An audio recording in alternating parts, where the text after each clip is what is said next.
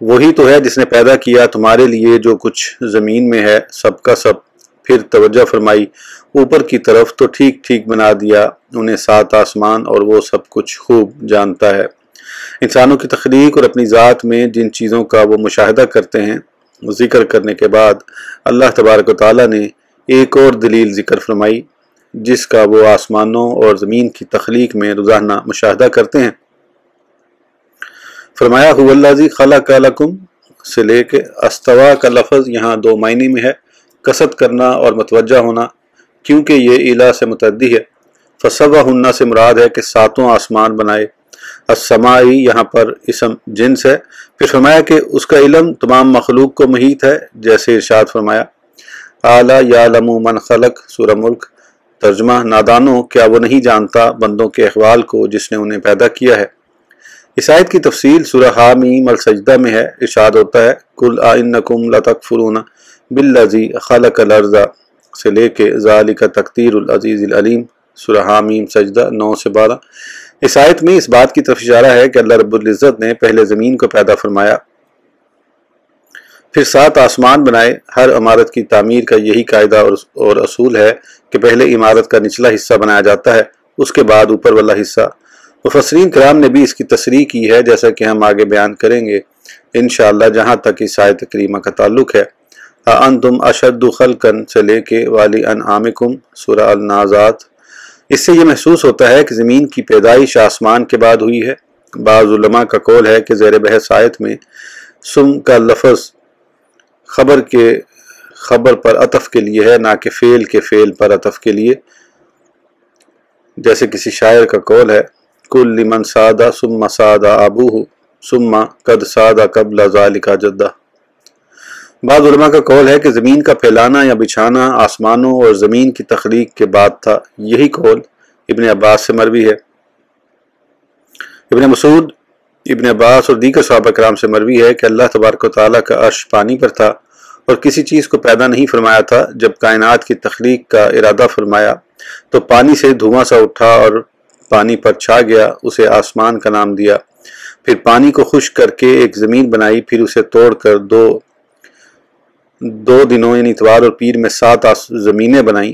زمین کو مچھلی پر پیدا کیا، یہ وہی مچھلی ہے جس کا ذکر قرآن میں آیا ہے، سورہ نون القلم۔ مچھلی پانی میں ہے اور پانی ایک پتھر پر، پتھر فرشتے کی پیٹھ پر ہے، فرشتہ ایک چٹان پر ہے اور چٹان ہوا میں ہے۔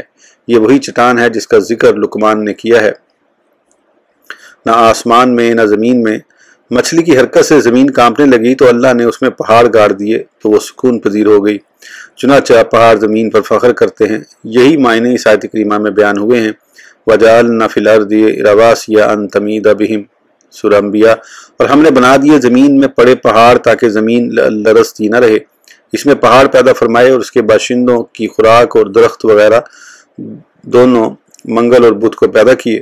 اسی کا بیان کل اَإِنَّكُمْ لَتَكْفُرُونَ، سورہ حامیم سجدہ والی آیت میں ہے۔ پھر آسمان کی طرف توجہ فرمائی جو دھواں تھا، جو کہ پانی سے بنا تھا، اس سے ایک آسمان بنایا، ازاں بعد اسے تقسیم کر کے جمعرات اور جمعے کے 2 دنوں میں 7 آسمان پیدا فرمائے۔ اسے جمعے کا نام اس لیے دیا گیا کہ اس میں زمین و آسمان کی پیدائش جمع ہو گئی۔ وَأَوْحَىٰ فِي كُلِّ سَمَاءٍ أَمْرَهَا، سورہ حامیم سجدہ۔ ہر آسمان میں فرشتوں کو پیدا کیا اور پہاڑ، ٹھنڈے سمندر اور ان چیزوں کو پیدا کیا جس کا اس کے سوا کسی کو علم نہیں۔ پھر آسمان دنیا کو ستاروں سے مزین کیا اور انہیں شیاطین سے حفاظت کا سبب بنایا۔ تمام چیزوں کی تخلیق کے بعد اللہ تبارک و تعالیٰ عرش عظیم پر جلوہ افروز ہوا، جیسے ارشاد ہوتا ہے خلق السماوات والارض فی 6 ایام ثم استوى علی العرش، سورہ حدید۔ اور فرمایا کانتا رتقا ففتقناہما وجعلنا من الماء کل شیء حی، سورہ انبیاء۔ ابن جریر حضرت عبداللہ بن سلام کا قول نقل کرتے ہیں کہ اللہ رب العزت نے تخلیق کو اتوار کے دن شروع فرمایا اور اتوار اور پیر کو زمینیں پیدا فرمائیں۔ پہاڑ اور غذا وغیرہ کی پیدائش منگل اور بدھ کو ہوئی۔ آسمانوں کی تخلیق جمعرات اور جمعے کو فرمائی۔ جمعے کے دن آخری ساعت میں فراغت کے بعد حضرت آدم علیہ السلام کو پیدا کیا، اسی دن قیامت قائم ہوگی۔ حضرت مجاہد فرماتے ہیں اللہ نے زمین کو آسمان سے پہلے پیدا فرمایا، پھر اس سے دھواں اٹھا، اس سے ایک دوسرے کے اوپر 7 آسمان پیدا فرمائے، اور 7 زمینیں ایک دوسرے کے اوپر۔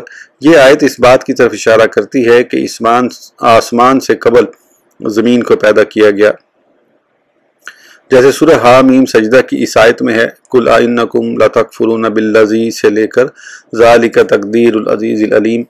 یہ دونوں آیات اس بات کی دلیل ہیں کہ زمین کی پیدائش آسمان سے قبل ہوئی۔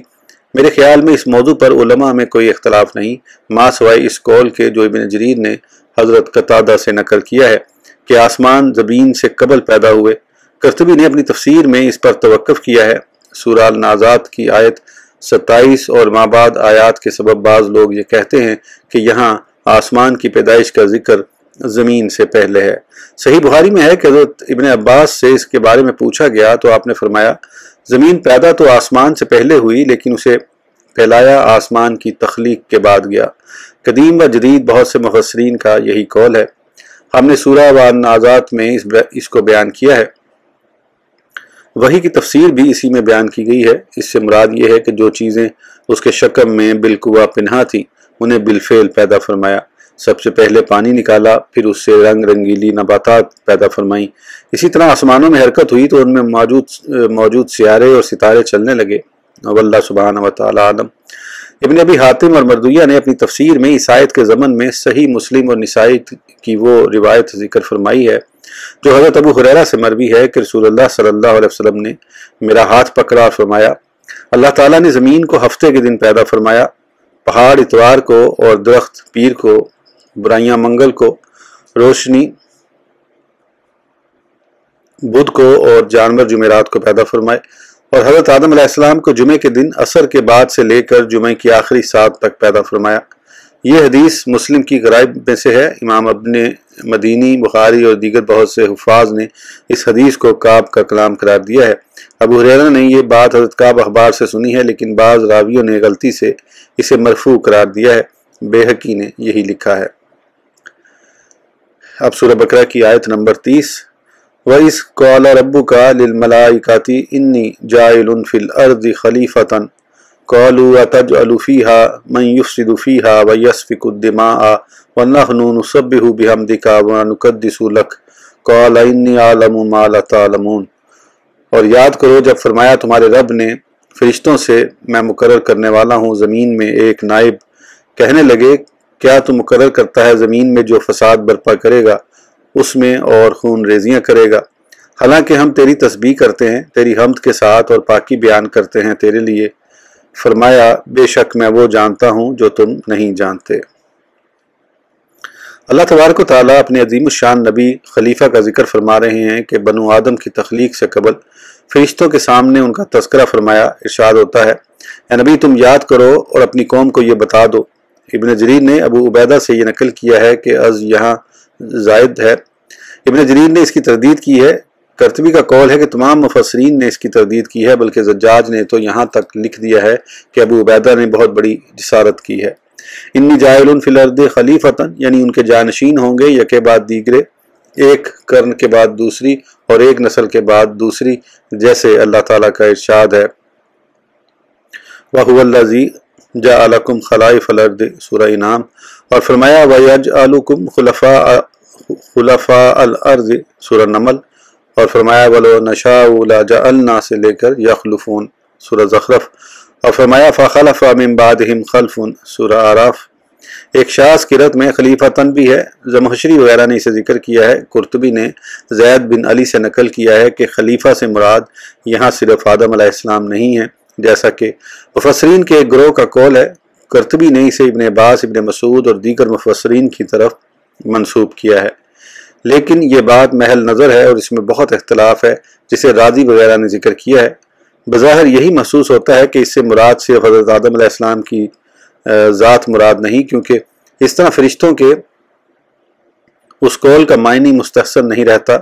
أَتَجْعَلُ فِيهَا مَن يُفْسِدُ فِيهَا وَيَسْفِكُ الدِّمَاءَ، ان کی مراد یہ تھی کہ بنی آدم یہ دنگا فساد کریں گے۔ انہوں نے اپنے خصوصی علم سے یہ بات نوٹ کی یا بشری طبیعت کو دیکھ کر انہوں نے اندازہ لگایا، کیونکہ اللہ تعالیٰ نے انہیں یہ خبر دی تھی کہ اس کی آفرینش کھنکھناتی ہوئی مٹی سے ہوگی جو پہلے سیاہ بدبودار گارا تھی۔ یا خلیفہ کے لفظ سے انہوں نے سمجھا کہ وہ لوگوں کے مابین تنازعات کا فیصلہ کرے گا اور انہیں محارم اور گناہ کی باتوں سے روکنے والا ہوگا۔ قرطبی کا یہی قول ہے، یا پھر انہوں نے اسے زمین پر رہنے والی سابقہ مخلوق پر قیاس کیا، جیسا کہ ہم اس کے بارے میں مفسرین کے اقوال ذکر کریں گے۔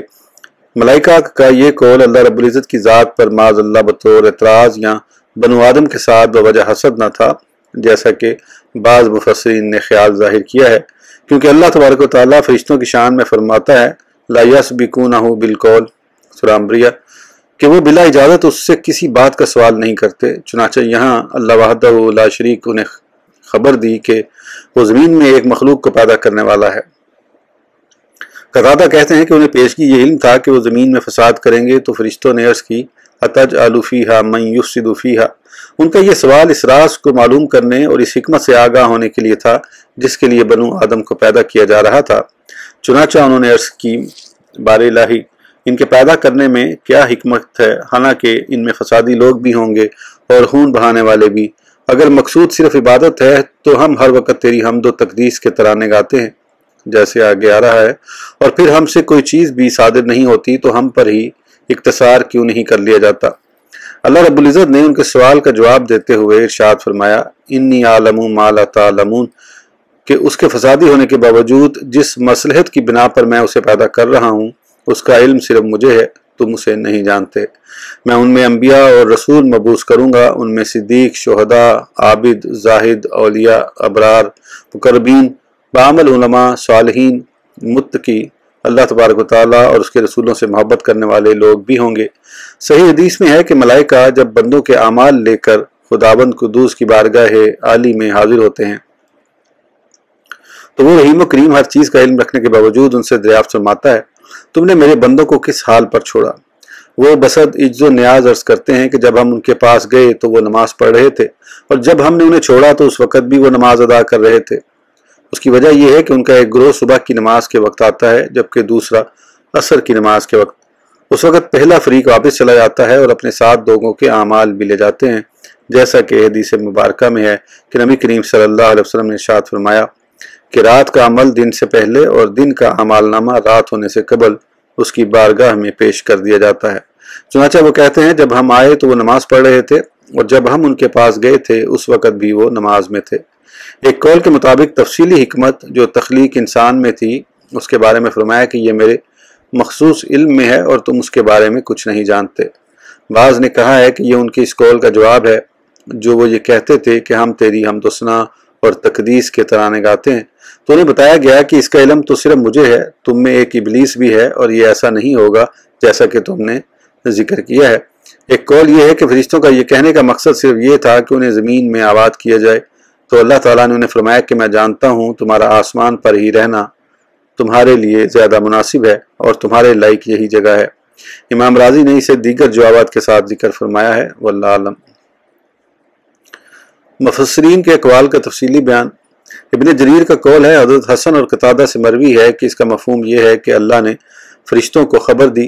صدی کہتے ہیں کہ ملائکہ سے مشورہ کرنا مراد ہے، اسے ابن ابی حاتم نے روایت کیا ہے۔ قتادہ سے بھی ایک روایت ہے۔ یہ عبارت اگرچہ خبر کا معنی دے رہی ہے لیکن اس میں تساہل ہے۔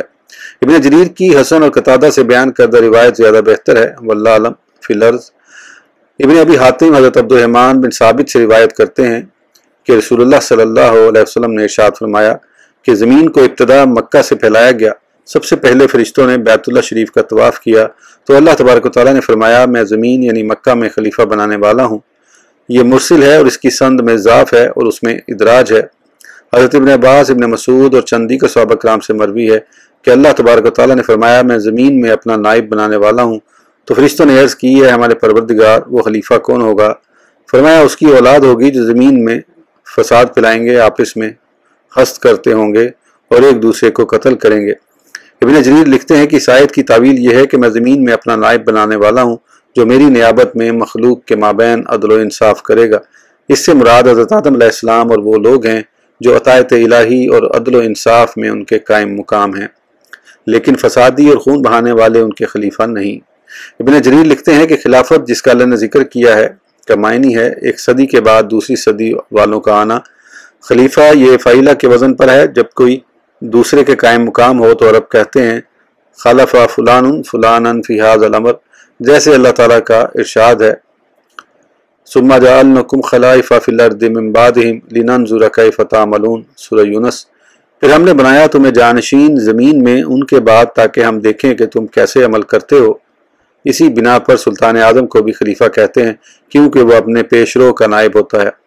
محمد ابن اسحاق اس آیت کی تفسیر میں فرماتے تھے اس کا معنی ہے کہ زمین میں سکونت اختیار کرنے اور اسے آباد کرنے والا نائب جو تم میں سے نہیں۔ حضرت ابن عباس رضی اللہ عنہ سے مروی ہے کہ جنات سب سے پہلے زمین میں بستے تھے، لیکن انہوں نے اس میں فساد کیا اور خون بہایا اور ایک دوسرے کو قتل کرتے رہے۔ اللہ تبارک و تعالیٰ نے ابلیس کو ان کی طرف بھیجا۔ ابلیس اور اس کے ساتھیوں نے ان سے جنگ کی حتیٰ کہ انہیں مار مار کر سمندری جزائر اور پہاڑوں کی اطراف میں بھیج دیا۔ پھر حضرت آدم علیہ السلام کو پیدا فرما کر وہاں آباد کیا گیا تو گویا آپ ان کے خلیفہ ہوئے۔ حضرت سفیان ثوری کا قول ہے کہ فرشتوں کے نزدیک اس سے مراد بنو آدم ہے۔ عبد الرحمن بن زید بن اسلم کا قول ہے کہ اللہ تعالیٰ نے فرشتوں سے فرمایا کہ میں زمین میں ایک مخلوق پیدا کرنا چاہتا ہوں اور زمین میں اپنا نائب لانا چاہتا ہوں۔ اس وقت فرشتوں اور زمین کے سوا کوئی مخلوق نہ تھی، تو انہوں نے عرض کی کیا آپ اسے پیدا کرنا چاہتے ہیں جو فساد کرے گا؟ اس سے پیشتر ابن عباس، ابن مسعود وغیرہ صحابہ کرام کا یہ قول گزر چکا ہے کہ بنو آدم جو کچھ کریں گے اللہ نے فرشتوں کو پہلے ہی اس سے آگاہ کر دیا تھا۔ تو جواباً فرشتوں نے یہ بات عرض کی۔ ابھی حضرت ابن عباس رضی اللہ عنہ کی روایت بھی پہلے گزر چکی ہے کہ جنہوں نے بنو آدم کی آمد سے قبل زمین میں چونکہ فساد پھیلایا تھا، اسی لیے فرشتوں نے بنو آدم کو بھی جنات پر قیاس کیا۔ ابن ابی حاتم اپنی سند سے حضرت عبداللہ بن عمرو سے روایت کرتے ہیں کہ جنات حضرت آدم علیہ السلام کی تخلیق سے 2000 سال قبل زمین میں آباد تھے۔ انہوں نے زمین میں فساد انگیزی کی اور خون بہایا تو اللہ تعالیٰ نے فرشتوں کا لشکر بھیجا، انہوں نے انہیں مار مار کر سمندری جزائر کی طرف بھگا دیا۔ تب اللہ تبارک و تعالیٰ نے فرشتوں سے فرمایا میں زمین میں خلیفہ بنانے والا ہوں، تو مذکورہ بالا سوال جواب اس وقت ہوا۔ حضرت ابو العالیہ اس آیت کی تفسیر میں لکھتے ہیں اللہ تبارک و تعالیٰ نے ملائکہ کو بدھ کے دن، جنات کو جمعرات اور بنو آدم کو جمعے کے دن پیدا کیا۔ جنات نافرمانی کرتے تو فرشتے زمین پر اتر کر انہیں ان کی بغاوت کی سزا دیتے اور فتنہ و فساد کو فروغ کرتے۔ اسی بنا پر فرشتوں نے یہ بات عرض کی کہ انسان بھی جنات کی طرح فتنہ انگیزی کا سبب ہوگا۔ حضرت حسن کا قول ہے اللہ تعالیٰ نے فرشتوں سے فرمایا کہ میں یہ کام کرنے والا ہوں۔ وہ اپنے رب پر ایمان لائے تو اللہ تعالیٰ نے انہیں کچھ علم سکھایا اور کچھ مخفی رکھا جس کا انہیں پتہ نہ تھا۔ چنانچہ انہوں نے بارگاہ الہی سے عطا کردہ علم کے مطابق جواب دیا کہ وہ تو فساد کرے گا۔ اللہ رب العزت نے فرمایا جو بات میں جانتا ہوں تم نہیں سمجھتے۔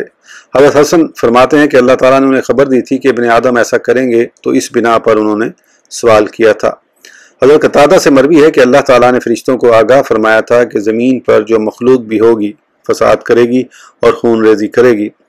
ابو جعفر محمد بن علی فرماتے ہیں سجل نامی ایک فرشتہ ہاروت ماروت اس کے آوان و انصار تھے، اسے دن میں 3 مرتبہ لوح محفوظ یعنی ام الکتب پر نظر ڈالنے کی اجازت تھی۔ ایک دفعہ اس نے آدم علیہ السلام کی پیدائش وغیرہ امور کا مطالعہ کیا تو اپنے دونوں ساتھیوں ہاروت و ماروت کو بھی اس راز سے آگاہ کر دیا۔ اب جس وقت اللہ نے اپنا ارادہ ظاہر فرمایا تو انہوں نے یہ سوال کر دیا، لیکن یہ روایت غریب ہے، اسے ابو جعفر محمد علی بن حسین الباقر تک صحیح مان بھی لیا جائے تو یہ امکان ہے کہ انہوں نے اسے اہل کتاب سے لیا ہو۔ بہرحال اس کا منکر ہونا اس کے رد کرنے کو واجب کرتا ہے، واللہ اعلم۔ اس سے تو یہ پتہ چلتا ہے کہ ایسا کہنے والے فرشتے صرف 2 تھے، لیکن ابن ابی حاتم نے عبداللہ بن یحییٰ بن کثیر سے روایت کیا ہے کہ میں نے اپنے باپ کو یہ ارشاد فرماتے سنا کہ جن ملائکہ نے یہ کہا تھا اتجعل فیہا من یفسد فیہا، ان کی تعداد 10,000 تھی۔ اللہ کی طرف سے ایک آگ نکلی، اس نے انہیں جلا کر راکھ کر دیا۔ یہ روایت بھی سابقہ روایت کی طرح اسرائیلیات میں سے ہے اور ناقابل اعتبار ہے۔ ابن جریر کا قول ہے کہ انہوں نے اللہ کے دیے ہوئے علم سے یہ بات کہی۔ ابن جریر کا قول ہے کہ فرشتوں نے یہ اس لیے کہا کہ اللہ تعالیٰ نے انہیں تخلیق آدم کے بارے میں آگاہ کرنے کے بعد سوال کرنے کی اجازت دی تھی، تو فرشتوں نے اظہار تعجب یہ کہا بار الہ وہ تیری نافرمانی کیسے کریں گے حالانکہ تو ان کا خالق ہے۔ بعض علماء کا یہ قول ہے کہ بعض فرشتوں نے اظہار استفسار یہ بات کہی تھی، اس کا مطلب ہرگز یہ نہیں کہ وہ اس پر معترض تھے، ابن جریر نے اسے ہی اختیار کیا ہے۔ حضرت قتادہ سے مروی ہے کہ اللہ تعالیٰ نے فرشتوں سے مشورہ کیا تو وہ کہنے لگے کہ وہ تو فساد کرے گا اور خون کی ندیاں بہا دے گا، کیونکہ وہ یہ جانتے تھے کہ اللہ کے نزدیک ان دونوں باتوں سے زیادہ ناپسندیدہ کوئی چیز نہیں، کیونکہ حمد و ثنا اور تسبیح کے لیے تو فرشتے پہلے ہی موجود تھے۔ تو اللہ تعالیٰ نے جواب دیا انی اعلم ما لا تعلمون، کیونکہ یہ بات علم الہی میں موجود تھی کہ اس خلیفہ کی نسل سے انبیاء مرسلین، صالحین اور جنتی لوگ بھی ہوں گے۔ فرماتے ہیں کہ حضرت ابن عباس رضی اللہ عنہ ہمیں فرمایا کرتے تھے کہ جب اللہ تعالیٰ نے آدم علیہ السلام کو پیدا کرنے کا ارادہ فرمایا تو فرشتے یہ کہنے لگے کہ اللہ کی یہ مخلوق ہم سے زیادہ معزز یا عالم نہیں ہوگی، تو انہیں تخلیق آدم کے ساتھ آزمایا گیا۔ ہر مخلوق کی آزمائش کی جاتی ہے جس طرح آسمان و زمین کو اطاعت کے ساتھ آزمایا گیا۔ آتیہ توان او کرہن قالتا آتینا طائعین، سورہ حامیم السجدہ۔ وَنَحْنُ نُسَبِّحُ بِحَمْدِكَ وَنُقَدِّسُ لَكَ۔ حضرت قتادہ کا قول ہے کہ تسبیح و تقدیس سے مراد نماز ہے۔ حضرت ابن عباس، ابن مسعود اور بعض صحابہ کرام سے یہی مروی ہے۔ حضرت مجاہد کا قول ہے کہ تسبیح و تقدیس سے مراد عظمت ظاہر کرنا اور بڑائی بیان کرنا ہے۔ ضحاک کا قول ہے کہ تقدیس سے مراد تطہیر ہے۔ محمد بن اسحاق کا قول ہے کہ اس سے مراد یہ ہے کہ ہم تیری نافرمانی نہیں کرتے اور نہ ہی کوئی ایسا کام کرتے ہیں جسے تو ناپسند فرمائے۔ ابن جریر کا قول ہے تقدیس سے مراد تعظیم اور تطہیر ہے۔ فرشتوں کے قول سبو قدوس کی وضاحت کرتے ہوئے وہ فرماتے ہیں سبو سے مراد اس کی تنزیہ اور قدوس سے مراد طہارت اور تعظیم ہے۔ اسی طرح اہل عرب کہتے ہیں ارض مقدسہ، اور اس سے مراد مطہرہ یعنی پاک ہوتا ہے۔ اس صورت میں نحن نسبح بحمدک کا معنی یوں ہوگا ہم تیری پاکی بیان کرتے ہیں، اور اہل شرک جن چیزوں کی نسبت آپ کی طرف کرتے ہیں ان سے برات کا اظہار کرتے ہیں، اور تقدیس کا معنی ہوگا کہ تجھے تمام پاکیزہ صفات سے متصف کرتے ہیں۔ صحیح مسلم میں حضرت ابو ذر رضی اللہ عنہ سے مروی ہے کہ رسول اللہ صلی اللہ علیہ وسلم سے دریافت کیا گیا کون سی کلام افضل ہے؟ آپ صلی اللہ علیہ وسلم نے فرمایا جسے اللہ تعالیٰ نے اپنے فرشتوں کے لیے پسند فرمایا ہے، یعنی سبحان اللہ و بحمدہ۔ بیہقی نے عبد الرحمن بن کرت رضی اللہ عنہ سے روایت کیا کہ معراج کی رات حضور صلی اللہ علیہ وسلم نے آسمانوں میں ایک تسبیح سماعت فرمائی، سبحان العلی الاعلی سبحانہ وتعالی قال انی اعلم ما لا تعلمون۔ قتادہ کا قول ہے کہ اللہ تبارک و تعالیٰ کے علم مبارک میں یہ بات تھی کہ اس خلیفہ میں انبیاء، رسول، صالحین اور اہل جنت ہوں گے۔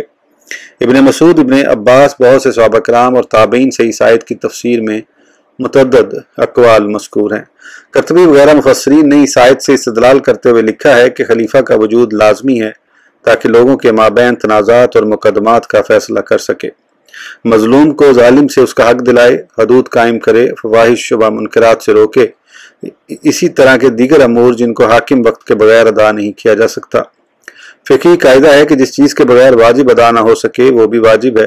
امامت یا تو اس پر خدا اور رسول کی طرف سے نص قائم کرنے سے حاصل ہوتی ہے، جیسے اہل سنت کا گروہ کے نزدیک حضرت ابوبکر رضی اللہ عنہ کی امامت، یا اس کی طرف اشارہ کر دینے سے جیسے بعض دوسرے فرقوں کا خیال ہے، یا پھر کسی خلیفہ کے دوسرے کو اپنا نائب مقرر کر دینے سے جیسے حضرت صدیق اکبر رضی اللہ عنہ نے حضرت عمر رضی اللہ عنہ کو متعین فرمایا، یا صلحاء کی جماعت پر مشتمل ایک کمیٹی قائم کرنے جیسے حضرت عمر رضی اللہ عنہ نے اپنا نائب مقرر کرنے کی بجائے چند افراد پر مشتمل ایک مجلس شورا قائم فرما دی، یا پھر ارباب حل و عقد اجتماعی طور پر کسی کے ہاتھ پر بیعت کر لیں یا ان میں سے کوئی ایک اس کی خلافت کا اعلان کر دے۔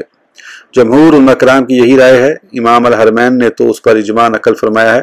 واللہ عالم، یا لوگوں میں سے کوئی شخص زور پکڑ لے اور سب کو اپنی اطاعت پر مجبور کرے تو اس کی اطاعت بھی لازمی ہے تاکہ باہمی ناچاکی اور اختلاف پیدا نہ ہو۔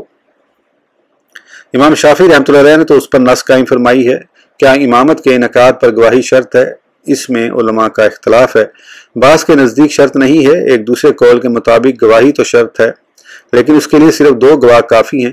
جبائی کا قول ہے کہ عاقد اور معقودلہ جس کی بیعت لی جا رہی ہے کے ساتھ 4 گواہوں کا ہونا لازمی ہے، جیسے حضرت عمر رضی اللہ عنہ نے معاملہ 6 افراد پر مشتمل شورا کے حوالے کر دیا تھا۔ بالآخر بعد عاقد بیعت کرنے والے عبد الرحمن بن عوف رضی اللہ عنہ اور معقودلہ یعنی حضرت عثمان رضی اللہ عنہ پر آ کر رک گئی تھی، اور 4 گواہوں کا وجوب اس نے شورا کے بقیہ افراد سے ثابت کیا ہے، لیکن یہ بات محل نظر ہے۔ واللہ عالم، یہ بھی لازمی ہے کہ وہ شخص مرد آزاد، بالغ، عاقل، مسلمان، عادل، مجتہد، صاحب بصیرت، تمام آفات سے مبرہ، فنون حرب اور آرا سے آگاہ ہونا چاہیے۔ مزید برآں صحیح روایت کے مطابق وہ شخص خاندان قریش سے ہو، ہاشمی یا معصوم عن الخطا ہونا لازمی نہیں، جیسا کہ بعض عالی روافظ کی رائے ہے۔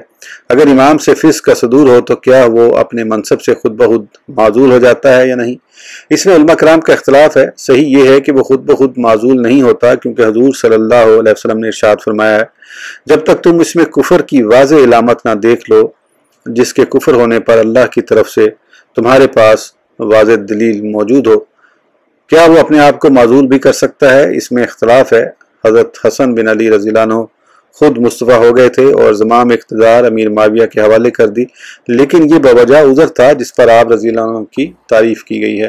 لیکن ایک ہی سرزمین میں دو یا دو سے زائد حاکم وقت نہیں ہو سکتے، کیونکہ حضور صلی اللہ علیہ وسلم کا ارشاد گرامی ہے، جب تم متحد ہو اور کوئی شخص آ کر تم میں جدائی ڈالنا چاہے تو اسے قتل کر دو، خواہ کوئی بھی ہو۔ یہ جمہور کا قول ہے۔ بہت سے علماء نے اس پر اجماع نقل کیا ہے، ان میں امام الحرمین بھی ہیں۔ کرامیہ شیعہ کا قول ہے کہ ایک وقت میں دو یا دو سے زائد ائمہ کا تقرر جائز ہے، جیسے حضرات سیدنا علی اور امیر معاویہ رضی اللہ عنہما ایک ہی وقت میں دونوں واجب الاطاعت تھے۔ ان کا استدلال ہے کہ جب ایک وقت میں دو یا دو سے زائد نبی ہو سکتے ہیں تو امام کیوں نہیں ہو سکتے، کیونکہ نبوت بلا اختلاف امامت سے اعلیٰ ہے۔ امام الحرمین نے استاد ابو اسحاق کے بارے میں لکھا ہے کہ ان کے نزدیک اگر اسلامی سلطنت بہت وسیع ہو اور ان کے درمیان مختلف ممالک ہوں تو دو اماموں کا تقرر جائز ہے، لیکن امام الحرمین اس میں متردد ہیں۔ میں کہتا ہوں یہ صورتحال اس وقت تھی جب خلفاء بنی عباس عراق میں، فاطمی حضرات مصر میں اور اموی مغرب میں حکمران تھے۔ ہم اس مسئلے کو شرح و بسط کے ساتھ کتاب الاحکام میں کسی مناسب جگہ ذکر کریں گے انشاءاللہ العزیز۔ اس ویڈیو کے لیے اتنا ہی، پھر انشاءاللہ اگلی ویڈیو میں آگے کنٹینیو کریں گے۔ اس وقت تک کے لیے اجازت دیجیے، سبسکرائب کرنا نہ بھولیں۔ اللہ حافظ۔